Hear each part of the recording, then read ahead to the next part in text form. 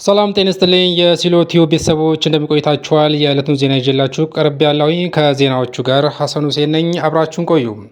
በቡታጀራ ከተማ ክልል አቀፍ የኦቲዝም ቀን እየተከበረ ነው። በምስራቅ ጉራጌ ዞን ቡታጀራ ከተማ በኢትዮጵያ ኦቲዝም አገልግሎቶችና ተደራሽነት እናሻሽል በሚል መሪ ቃል እየተከበረ ነው። የማዕከላዊ ኢትዮጵያ ክልል ጤና ቢሮ ከኒያ ፋውንዴሽን እና እናት ትረፍ ፋውንዴሽን ከቡታጀራ ከተማ አስተዳደር በመተባበር የተለያዩ ባለድርሻ አካላት በተገኙበት እየተከበረ ይገኛል።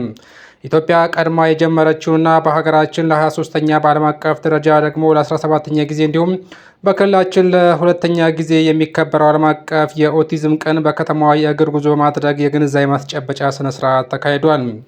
የቡታጀራ ከተማ ምክትል ከንቲባ አቶ ደረጀ ጥላሁን ኦቲዝም የሆኑ ልጆች አስፈላጊውን አገልግሎት እንዲያገኙና የሚደርሱ ጫናዎች ለመቀነስ የግንዛቤ ስራዎች ማጠናከር ይገባልም ብለዋል። የተሳሳቱ አመለካከቶችን በማረም ማስተካከል ይጠበቅብናልም ብለዋል።